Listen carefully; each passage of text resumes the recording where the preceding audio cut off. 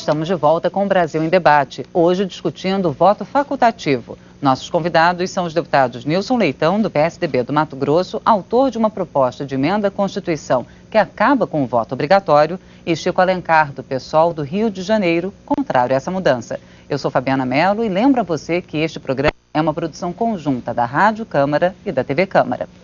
Bom, deputado Nilson Leitão, o senhor estava querendo rebater a argumentação do deputado Chico Alencar sobre a necessidade do voto obrigatório como fator de educação política do eleitorado. Eu nem digo rebater, né? Porque eu tenho muita estima e admiração pelo deputado Chico, mas eu quero argumentar que é justamente, talvez, nessa explicação e nessa argumentação do deputado Chico Alencar que cabe, na minha opinião, que cabe o voto facultativo. Por quê?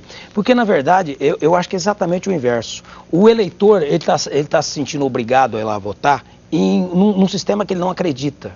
Então é preciso mudar esse sistema. Nós estamos falando em reforma política há quantos anos? Reforma tributária há quanto tempo? Nós estamos falando em melhoria da sociedade há quanto tempo? E, na verdade, o Brasil enriquece muito para poucos, né? Isso não chega na mesa, na cozinha do cidadão de fato. Eu acredito que a hora que o voto obrigatório, que o eleitor se fazer de difícil para o político vai ter que se explicar com muito mais rapidez. O voto voluntário, o voto facultativo. Ele vai ter que conquistar, ele vai ter que convencer, né? Ele não vai ter que apenas lá comprar, como uma boa parte da sociedade faz, que a grande tristeza hoje da política brasileira é que a situação, o fator econômico ficou muito melhor, muito mais importante, aliás, muito mais condicionante a uma eleição do que, de fato, as ideias, os projetos, né? Ele vai comprar com ideias, né? Exatamente. Na verdade, eu tenho um uma projeto troca, de crime por promessas não cumpridas, que é o estelionato eleitoral.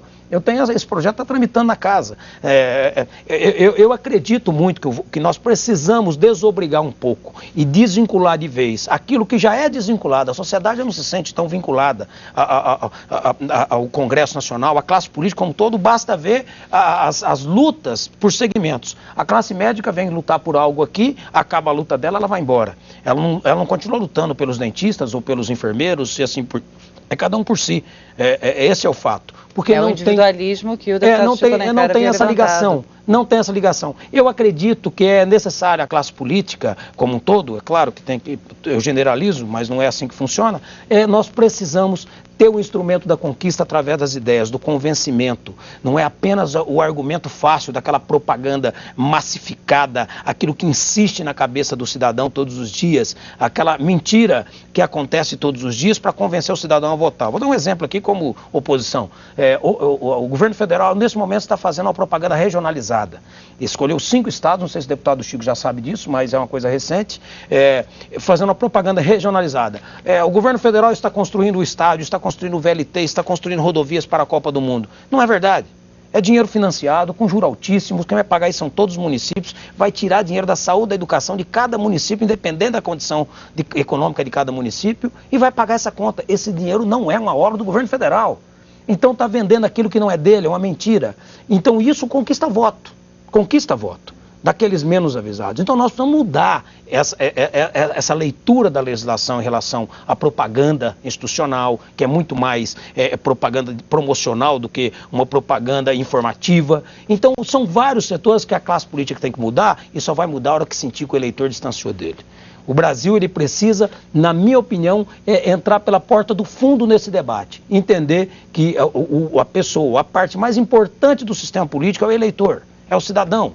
E enquanto não fizer isso, não desobrigá-lo de vez e não deixá-lo, ele totalmente livre das suas ideias, da sua vontade, das suas atitudes, e dizer, olha, eu não devo nada para essa turma, aí começa a melhorar a classe política brasileira, que infelizmente, nós temos bons políticos no Brasil, eu não me considero melhor do que ninguém.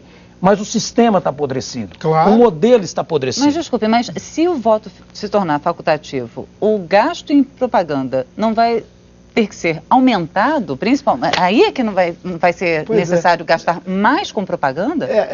A proposta, ela é polêmica, e é uma excelente polêmica, porque no fundo a gente está discutindo cidadania e suas formas de expressão. A Constituição é clara, a vida real nega a Constituição. O Brasil é uma república democrática, porque o poder vem do povo, que o exerce através dos seus representantes, que era bom acompanhar o representante, não só votar nele, e mudar, se for o caso. Devia ter o recall, quer dizer, você destituir o mandatário do mandato se ele pisar na bola, como tantas vezes acontece nos executivos, no legislativo. Mas também diretamente. O povo exerce seu poder diretamente. Tem 1000 formas da democracia direta para a gente construir uma democracia mais real no país. O voto facultativo, ele vai exigir mais poder de convencimento. E eu, aliás, quero destacar, eu trago aqui essas considerações sobre a importância ainda temporal, transitória do voto obrigatório, do voto como um dever inscrito na lei, mas isso não é nem uma discussão consolidada dentro do meu partido. O PSOL, miudinho, pequeno, é um partido altamente ideológico. O voto no PSOL, ele tem que ser um voto consciente, talvez por isso seja tão pouco ainda. Nós temos uma bancada muito pequenininha, tudo é transitório, a gente espera crescer. Então nós prezamos muito o voto consciente. Eu acho horrível no dia da eleição aquele chão coalhado de papelzinho, como acho deplorável o eleitor desavisado, em geral ele vem à tarde, né, assim, zonzo, e fala, poxa, eu não sei em quem votar, e às vezes pega um papel no chão e vota em qualquer um. Isso está diminuindo, mas e não é só por causa da repressão, que não pode boca de urna e tal, não é o melhor caminho, mas eu acho que as pessoas estão se tocando mais do ridículo que é isso, dessa desinformação absoluta. Mas a pergunta é essa, será que com o voto facultativo essa desinformação vai diminuir? Ou será que a gente vai elitizar ainda mais o processo? É uma discussão, eu repito, estou inteiramente aberto. Eu acredito sinceramente que vai começar a acontecer um voluntariado no meio da sociedade de convencimento.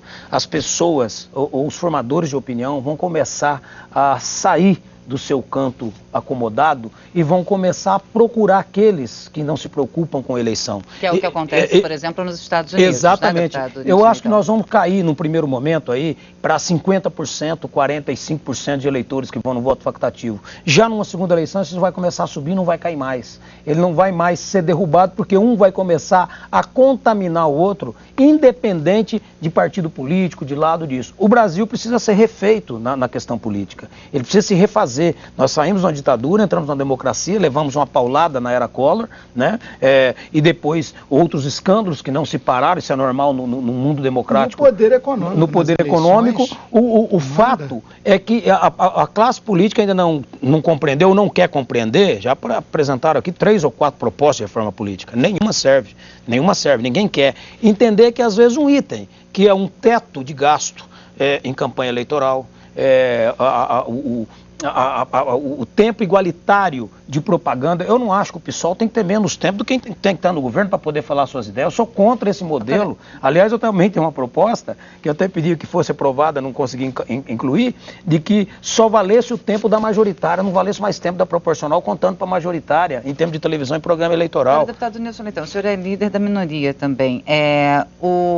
Um estudo que eu encontrei aqui do consultor legislativo do Senado, produzido em 2004, o consultor Paulo Henrique Soares, ele elenca aqui vários argumentos a favor do voto facultativo e contrários ao voto facultativo.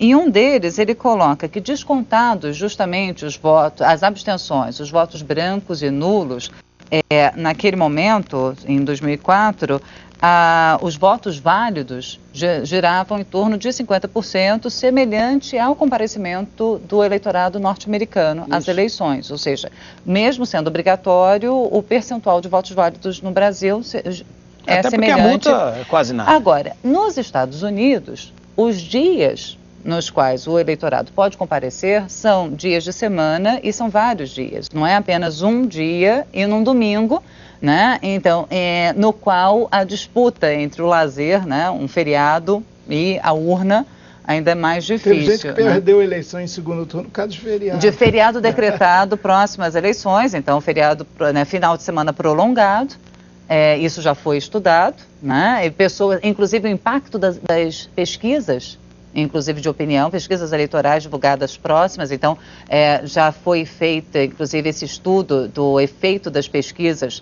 O eleitorado acreditou que o seu candidato estava com uma margem de vitória segura e muita gente viajou deixou de votar. Mas a diferença, né? a diferença é que no Brasil ainda tem muita coisa para ser conquistada. Mas o senhor acha que o voto facultativo poderia ser adotado, só para finalizar, desculpe, essa pergunta, deveria continuar apenas com um dia de eleição aos domingos ou poderia ser adotado um período maior de eleições, justamente por ser facultativo? Eu acho que caso aprovado isso, eu acho que a primeira eleição vai se manter como está. O Brasil não tem nem condições de mudar essa estrutura na próxima eleição, na minha concepção.